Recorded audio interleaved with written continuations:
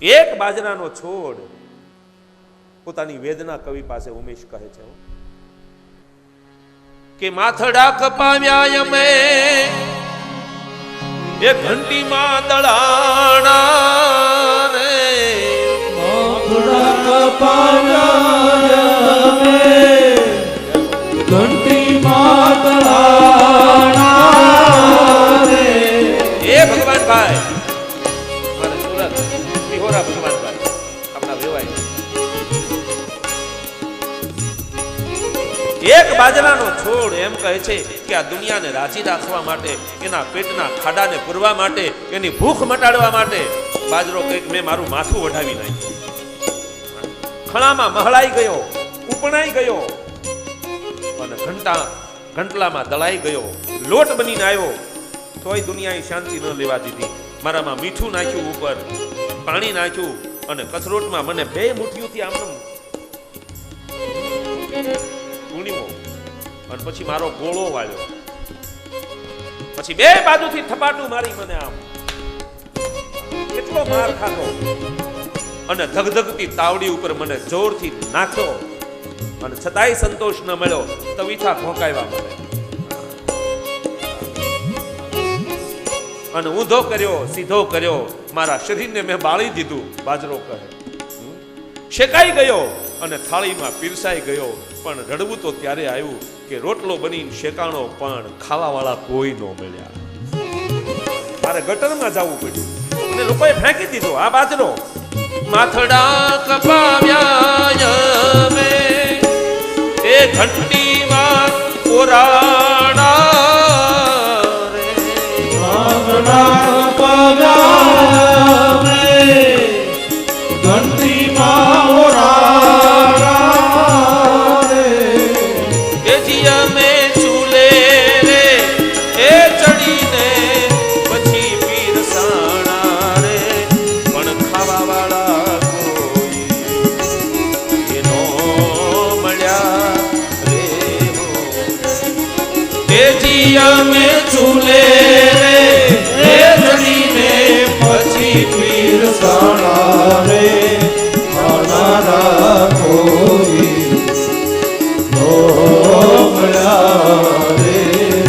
અરે કવિ આગળ લખે છે બાબુ કે આ દુનિયાની ખુશી માટે, દુનિયા અમને જોઈને રાજી રહે એટલે અમે પુરુષ, અમે અમારી મૂછ મુંડાવી નાખી, મોઢા ઉપર અમે બોદાન લગાડ્યો અને પુરુષ હોવા છતાંય અમે હાડી પહેરી, ચણિયો પહેર્યો, ચોલી પહેરી અને જગતને રાજી રાખવા માટે અમે પડમાં આવી નાચ્યા.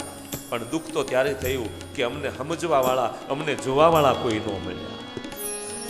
કવિ લખે છે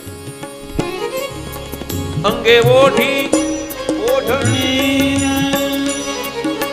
પગે બાંધ્યા ઘૂઘરા રે, અંગે ઓઢી ઓઢણી રે પગમાં બાંધ્યા ઘૂઘરા રે. એ જી અમે નારી રે એ બનીને પડમાં નાચ્યા રે, પણ જોનારા કોઈ ના મળ્યા રે. એ જી અમે નારી રે એ બનીને પડમાં નાચ્યા રે, જોનારા કોઈ નો મળ્યા રે. હે ધીરે અમે નિહરણી એ બનીને ખીલા ખૂબ ખાધા, પણ ચડનારા કોઈ એનો મળ્યા રે. હે જી અમે નિહરણી એ બનીને ખીલા ખૂબ ખાધા રે, ચડનારા કોઈ નો મળ્યા રે. એ જીરે અમે દાદરા એ બનીને આ દુનિયામાં ઉભા રે, પણ તપસ્યા ના ફળ એના મળ્યા રે. અમે દાદરા એ બનીને દુનિયામાં ઉભારે તપસ્યાના ફળ નો મળ્યા રે. સાહેબ, આ દુનિયા છે, દુનિયાની ઉપર કોઈ દિવસ એના બોલ્યા સામે અને એ કહે એમ જીવતા નહીં. તમે તમારી રીતે જીવન જીવજો.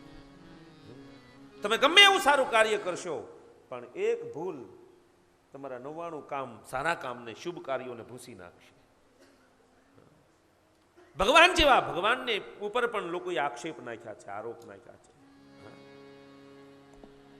કૃષ્ણ જેવા કૃષ્ણને પણ આ જગતના જીવોએ શાંતિ નહોતી લેવા દીધી. જનીમાં મથુરાની જેલમાં લઈ જવાને ઉપાડો, માનો સાથ છૂટી ગયો. હજી તો એક ઘૂંટડો ધાવણે નો ધાયો, એ પહેલા કે ઉઠાવવાને. જો કેટલું દુઃખ, માનો સંગ છોડવો પડ્યો. અને ગોકુળમાં ગયા હતા, લોકોએ ચોર કીધો. ત્યાંથી વ્રજમાં આવ્યા તોય શાંતિ ન લેવા દીધી. મથુરા આવ્યા તો ત્યાં એક મામા કંસે હેરાન કર્યો. શલ તોશલ ને પેલો ચાણુરને મુષ્ટિક મારવા આવ્યા. ત્યાંય શાંતિ નહીં. એટલે ભગવાન સમુદ્રની વચ્ચે કોઈ હેરાન ન કરે એટલે દરિયાની વચ્ચે દ્વારિકા બનાવી અને ત્યાં પોતાના પરિવારને લઈને ગયા. તો ત્યાંય ભગવાનની ઉપર ચોરીનો આક્ષેપ આવ્યો. મણીનો ચોર, મણીનો ચોર, મણીનો ચોર. એ છતાંય શાંતિ નહીં. એટલે એના જ પરિવારના લોકોએ, યાદવોએ જ ભગવાન કૃષ્ણને શાંતિ ન લેવા દીધી અને એ બધાને લઈ પ્રભાસની યાત્રા કરાવી. અને કૃષ્ણને એમ થયું કે મેં પૂરેપૂરી આ રાક્ષસોની વિહીન ધરતી નથી કરી, કારણ કે મારા જ કુટુંબમાં, મારા જ યાદવોમાં હજી એક હિંસા વૃત્તિવાળા, રાક્ષસી વૃત્તિવાળા યાદવો છે. એને પહેલા ઉપર મોકલી દઉં, પછી હું સ્વધામ ગમન કરું. અને વારુણી પાન, મદિરા પાન કરાવી 56 કોટી યાદવોનો વિનાશ કરાવી અને ભગવાન કૃષ્ણ હાશ એમ કહી અને પ્રાચીના પીપળે વિશ્રામ લેવા બેઠા. પણ દુનિયાએ ત્યાંય ભગવાનને હક ન લેવા દીધું. શાંતિથી ભગવાન બેઠા હતા, ત્યાંય પેલા પારધીએ બાણ માર્યું. આ છે દુનિયા. તમને હક નહીં લેવા દે, શાંતિ નહીં લેવા દે. ભગવાન જેવો ભગવાન પણ આક્ષેપમાંથી આરોપમાંથી બાકાત નથી. તો આપણે તો કઈ વાડીના મૂળા. દુનિયા બોલે એને બોલવા દઈએ. સત્રાજીતે ભગવાનની ઉપર આક્ષેપ નાખ્યો. ધીમેક દઈને એની પત્નીને કહ્યું, દેવી, આપણો ભાઈ મણી પહેરીને ગયો છે, હજી નહીં આવ્યો. મને એવું લાગે છે કે થોડા દિવસો પહેલા હું દ્વારિકાધીશના દરબારમાં ગયેલો, બધા યાદવોની અને કૃષ્ણની ખાસ કરીને નજર હતી આ મણી ઉપર. એટલે મને એવું લાગે છે, જો પાક્કું નથી, આપણી પાસે પુરાવા નથી, સાબિતી નથી, એટલે એવું ન કહેવાય. આ તો તું મારી પત્ની છો એટલે તને કહેવાય, તું કોઈને ન કહેતી. હા, હું તને કહું છું, તું કોઈને ન કહેતી. મને એવું લાગે છે કૃષ્ણએ જ પ્રસેનને મારીને મણી પડાવી લીધો. પણ જોજે, આ આપણી બેની જ વાત છે. ત્રીજી કોઈ વ્યક્તિના કાન સુધી કારણ કે આપણી પાસે સાબિતી નથી, પુરાવો નથી. ભલે કાંઈ નહીં, કોઈને નહીં કહું, તમે મને ન કીધું એમ હું બીજાને નહીં કહું.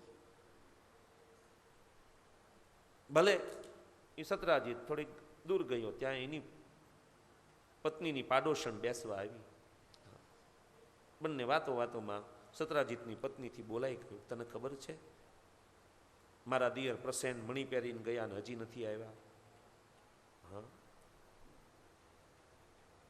અમને એવું લાગે છે, જો પૂરેપૂરી અમારી પાસે સાબિતી નથી, પણ અમને એવું લાગે છે કે કૃષ્ણએ જ મારા દિયરને મારીને મણી પડાવી લીધો. પણ જો બેન, તું મારી અંગત સખી છો, સાહેલી છો, એટલે હું તને કહું છું. બાકી આવું કોઈને કહેવાય નહીં. મેં જેમ તને કહેવાની ના પાડી એમ તુંય કોઈને કહેતી નહીં. બોલી કે હા બેનપણી, તે જેમ મને ન કીધું એમ હું બીજીને નહીં કહું. એમ ધીમે ધીમે અહીંથી અહીંયા, અહીંથી અહીંયા, અહીંથી અહીંયા, અહીંથી અહીંયા. પછી વાત તો વધે. ખરાબ વાત હોય ને એ વધે બહુ, એ કોળે બહુ. ઓલો આને એટલું કે ઓલો એટલું ભેળવીને પાછો થોડુંક વધારે કે વળી એમાં પાછું થોડુંક ભેળવે. અને આમ થતા થતા થતા પૂરી દ્વારિકામાં વાત ફેલાઈ ગઈ કે કૃષ્ણ મણીનો ચોર, મણી. અને એના યાદવો કહેવા લાગ્યા કે હા, એ તો ખબર જ હતી ને, એ નાનપણનો ચોર જ છે.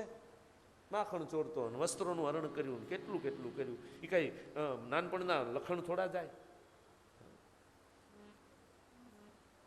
જે વખાણ કરવા વાળા હતા એ જ નિંદા કરવા લાગ્યા. આ દુનિયા. અને છેલ્લે વાત કૃષ્ણના કાન સુધી ગઈ. કૃષ્ણની આંખમાંથી અશ્રુ પડી ગઈ. અરે રે, આ દુનિયા માટે મેં આટલું આટલું કર્યું ને મારા પરિવારજનો, મારા કુટુંબીજનો, મારા અંગત લોકો જ મારા માટે આવો આક્ષેપ નાખે છે.